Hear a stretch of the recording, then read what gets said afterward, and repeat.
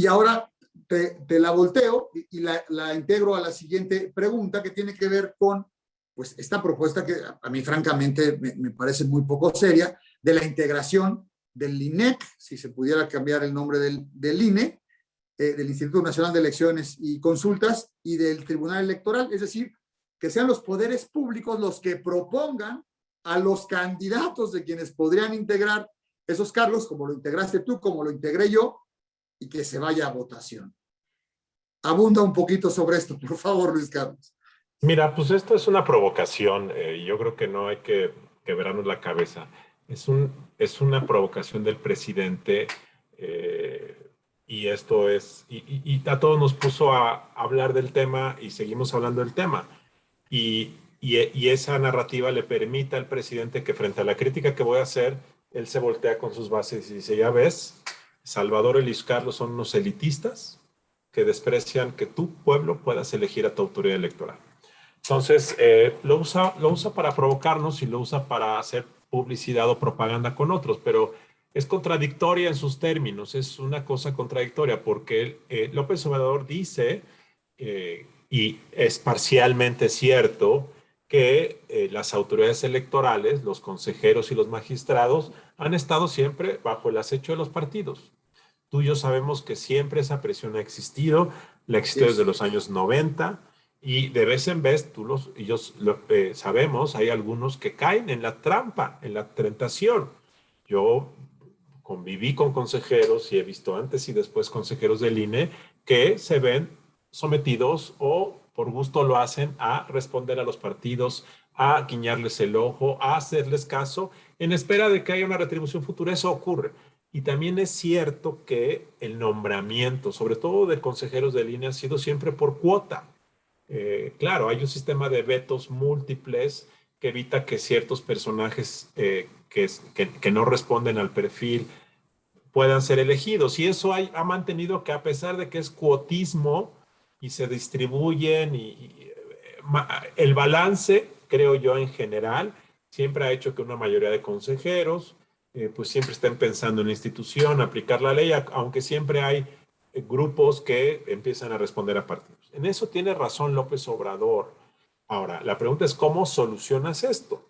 Yo creo que en 2013-2014 se mejoró muchísimo el nombramiento de consejeros, porque se estableció en la ley que se iba a formar un comité técnico de especialistas que ha sido bien conformado en las 2, 3 ocasiones que ha existido.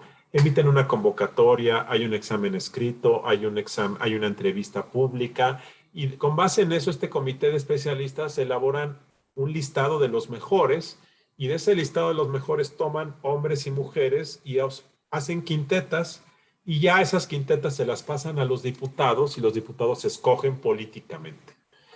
Y esto ha garantizado que haya un filtro mínimo, una calidad mínima. Y creo que eso ha funcionado bien.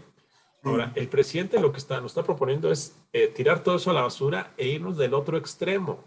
O sea, el presidente dice que los consejeros están sometidos al poder político, pero él los quiere someter aún antes de que sean consejeros.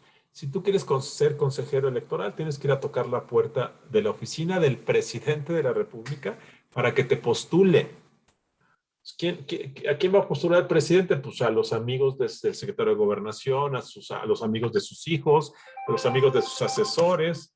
¿Y quiénes son los que tienen esa capacidad de contactos? Pues la gente bien conectada.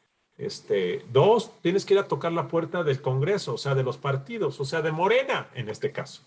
Del PRI antes, para que ellos te pongan en sus candidaturas, o del Poder Judicial, que ahora está cada vez más politizado. Entonces, de entrada, ser aspirante a ser consejero ya es un filtro político. Y dos, si te escogen como candidato, son 20 candidatos propuestos por el Congreso, 20 por el presidente y 20 por el Poder Judicial. ¿Cuánto dinero calculas que debes tener para ser candidato a consejero o magistrado? Pues yo digo, no sé cuánto va a durar, pero si dura un mes, pues necesitas como 5 millones de pesos. Fácil. 5 millones de pesos. O sea, ¿quién va a poner 5 millones de pesos para un cargo que no te los van a pagar en sueldos? A menos que empieces a corromperte y cobres cuotas por votar de cierta manera. O sea, vas a corromper el cargo aún antes de que lo tomes porque requieres dinero para hacer campaña. Y luego, ¿cómo le haces para que con 5 millones nadie va a saber quién es Salvador o Luis Carlos? Nadie. Entonces vas a ir a tener que decirle a los gobernadores, oye, échame la mano con tus estructuras de movilización. Y luego, Salvador, o sea, francamente, ¿quién demonios va a poner atención a una campaña de magistrado consejero?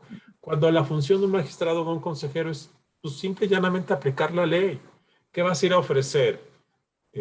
Una nueva metodología para interpretar el artículo 41 constitucional y entonces hacer mítines en Sonora y en Sinaloa de cómo vas a leer el artículo 41 o cómo vas a sancionar a los partidos. O sea, es verdaderamente risible, es verdaderamente una burla, es una provocación. ¿Qué campaña vas a hacer cuando tu único mandato es aplicar la ley? ¿Quién va a poner atención a esas campañas? Nadie absolutamente. Entonces, todo eso es esto es una verdad, esto es verdaderamente, a mí me enoja mucho cuando pienso de fondo lo que eso significaría, la falta de rigor y sobre todo la falta de exigencia al presidente, que nadie lo enfrente y decirle, a ver, usted, esto no tiene pies ni cabeza. Entonces, pues es muy penoso esto. Esta es una parte muy vergonzosa y es una burla, la verdad. Pero pues así es la provocación, es una burla para que la gente esté enojada discutiendo cosas que no tienen además ninguna utilidad pública, porque esto sabemos, Salvador, no va a ocurrir.